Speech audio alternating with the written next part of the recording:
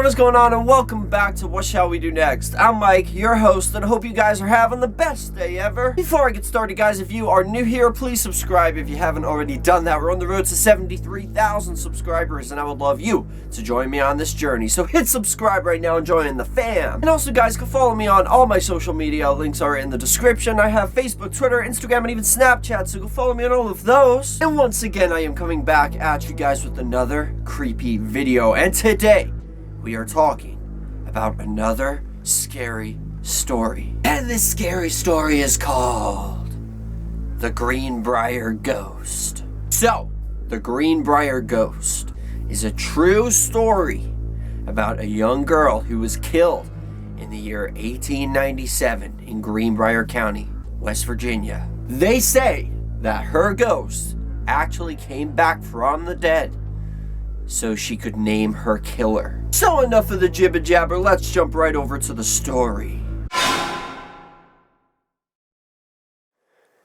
The Greenbrier Ghost. There was a young woman named Elva Zona Shue who lived in Greenbrier County in West Virginia. She was married to a man named Edward who worked as a blacksmith.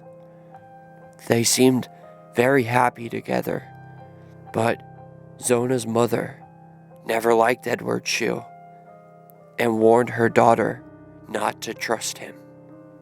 One day, after they had been married only 3 months, Edward sent a young African-American boy named Andy Jones to his house on an errand. He was supposed to ask Zona if there was anything she needed from the store. The boy found Zona's body lying on the floor at the bottom of the stairs. Her eyes were wide open and staring right at him. She was dead. The boy ran home to tell his mother, and she raised the alarm. Edward went home, carried his wife's body up to the bedroom, and dressed her in her Sunday best. When the coroner arrived an hour later, he found the dead woman wearing a stiff collared dress that covered her neck, and she had a veil over her face. Edward was cradling his wife's head and sobbing hysterically. When the coroner tried to take a closer look, Edward reacted so violently that the coroner gave up and left.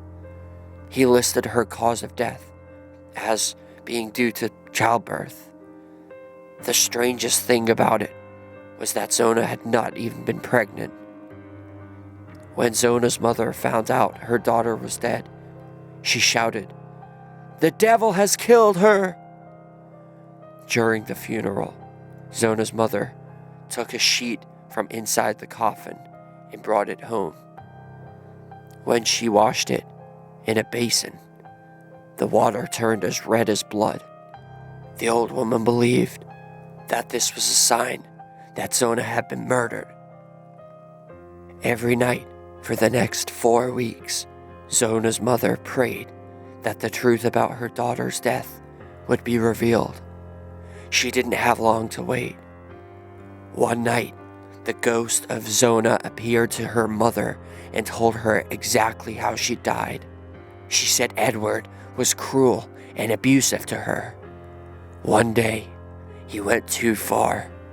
She told him that she had no meat for his dinner, and Edward flew into rage. He attacked his wife and broke her neck.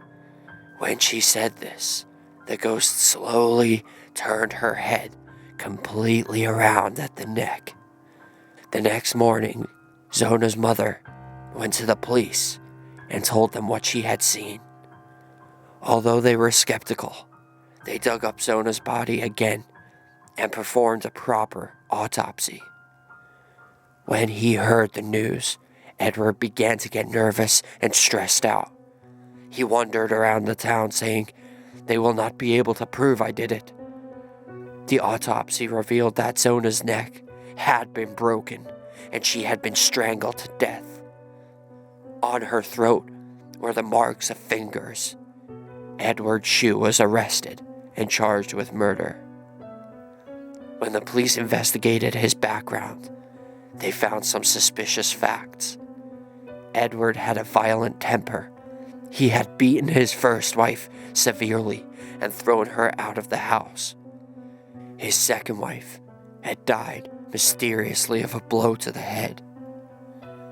As he sat in his jail cell, Edward was sure he would not be convicted of Zona's murder. He told everyone who would listen that there was no evidence against him. During the trial, Zona's mother was called to testify on the stand. She told the jury how Zona's ghost had appeared to her and revealed the name of her murderer. Nobody knows if the jury took her story seriously, but they did come back with a guilty verdict, and Edward was sentenced to life in prison. He died a few years later in Moundsville Penitentiary. Today, there is a sign on the highway near Greenbrier. It reads, "Greenbrier ghost, interred in nearby cemetery, is Zona Hester Shue. Her death in 1897 was presumed natural until her spirit appeared to her mother to describe how she was killed by her husband Edward. Autopsy on the exhumed body verified the apparition's account. Edward, found guilty of murder, was sentenced to the state prison. Only known case in which testimony from ghost helped convict the murderer."